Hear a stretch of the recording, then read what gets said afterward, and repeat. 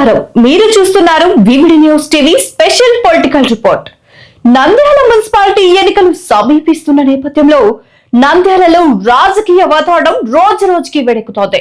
నంద్యాల మున్సిపాలిటీలో మొత్తం 42 వార్డులు ఉండగా గత 2021 మున్సిపాలిటీ ఎన్నికల్లో ఆసక్తికర ఫలితాలు వచ్చాయి. ఆ ఎన్నికల్లో 15 వార్డులు ఏకగ్రీవంగా వైసీపీ అభ్యర్థులకు దక్కాయి. మిగిలిన 27 వార్డుల్లో 4 వార్డులు టీడీపీ గెలుచుకోగా 22 వార్డులు వైసీపీ ఖాతాలోకి వెళ్లాయి. అలాగే 13వ వార్డులో ఇండిపెండెంట్ అభ్యర్థిగా పోటీ చేసిన కాండే శ్యామ్ విజయం సాధించారు. ఇప్పుడు రాజకీయ పరిస్థితి పూర్తిగా మారిపోయింది. రాష్ట్రంలో కూటమి ప్రభుత్వం అధికారంలోకి రావడంతో టీడీపీ అధికార పార్టీగా ఉంది. ఈసారి మున్సిపాలిటీ ఎన్నికల్లో ఎన్ని వార్డులు ఏకగ్రీవంగా ముగుస్తాయి? ఎంతమంది కౌన్సిలర్లు పోటీ చేస్తారు? ఎంతమంది ఇండిపెండెంట్ అభ్యర్థులు బరిలోకి దిగుతారు? గెలుపు ఎవరికి అన్న ప్రశ్నలు నంద్యాల రాజకీయ వర్గాల్లో హాట్ టాపిక్ గా మారాయి. 22వ వార్డ్ రైతు నగరం హాట్ టాపిక్. ప్రత్యేకంగా నంద్యాల 22వ వార్డ్ రైతు నగరం కౌన్సిలర్ ఎన్నికలు ఇప్పుడు పెద్ద రాజకీయ చర్చకు దారితీస్తున్నాయి.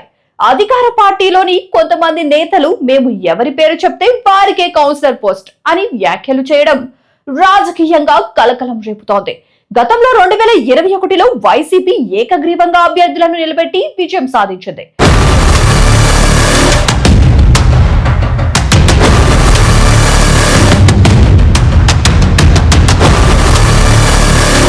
ఈసారి కూడా అదే జరుగుతుందా? అలా ఉండదని కొందరు రాజకీయ విశ్లేషకులు అంటున్నారు. రైతు నగరంలో ఆశా జ్యోతి ఇప్పుడు రైతు నగరంలో ఒక కొత్త పేరు ప్రజల మధ్య పెద్ద చర్చగా మారింది. రైతు నగరంలో పుట్టి రైతు నగరంలోనే పెరిగి ప్రజలకు, దేవాలయాలకు, పేదలకు అవసరంలో ఉన్న ప్రతి ఒక్కరికి నేనున్నాను అంటూ ముందుకు వస్తున్న వ్యక్తిగా ఒక ఆశాజ్యోతి గురించి చర్చ జరుగుతోంది.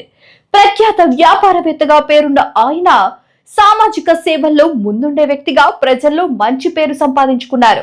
రైతుల సమస్యలు, యువత అభివృద్ధి, పేదల సహాయం ప్రతి విషయంలో తన వంతు పాత్ర పోషిస్తున్న వ్యక్తిగా ఆయన పేరు వినిపిస్తోంది. బిగ్ పొలిటికల్ క్వశ్చన్ ఇప్పుడు రాజకీయ వర్గాల్లో పెద్ద ప్రశ్న. ఆశాజ్యోతి కౌన్సిలర్ గా పోటీ చేస్తారా? ఆ పార్టీ తరపున బరిలోకి దిగుతారా? పార్టీ టికెట్ రాకపోతే ఇండిపెండెంట్ గా నిలబడతారా? ఆయన ఇండిపెండెంట్ గా పోటీ చేస్తే 2 ప్రధాన పార్టీల అభ్యర్థులకు ఇది పెద్ద సవాల్గా మారుతుందని రాజకీయ విశ్లేషకులు అంటున్నారు. ప్రజలతో నేరుగా అనుబంధం, సేవా కార్యక్రమాలు, స్థానికంగా బలమైన మద్దతు ఇవన్నీ ఆశాజ్యోతిని కీలక రాజకీయ ఫ్యాక్టర్ గా మారుస్తాయా? ఈ ఆశాజ్యోతి ఎవరు? ఆయన రాజకీయ ఆశయాలేమిటి? కౌన్సిలర్ గా పోటీ చేసే ఆలోచన ఉందా? ప్రజల అభిప్రాయం ఏంటి? ఈ ప్రశ్నలకు సమాధానాలు తెలుసుకోవాలంటే వివిడి న్యూస్ టీవీ తదుపరి ప్రత్యేక కథనాన్ని తప్పక చూడండి. రైతు నగరంలో కొత్త రాజకీయ ఆశాజ్యోతి వెలుగుతుందా?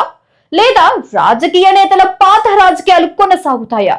నంద్యాల మున్సిపాలిటీ ఎన్నికలు ఈసారి ఎవరి చేతుల్లోకి అధికార పగ్గాలు? ఈ ప్రశ్నలకు సమాధానం త్వరలోనే. Watch it on VVD news TV.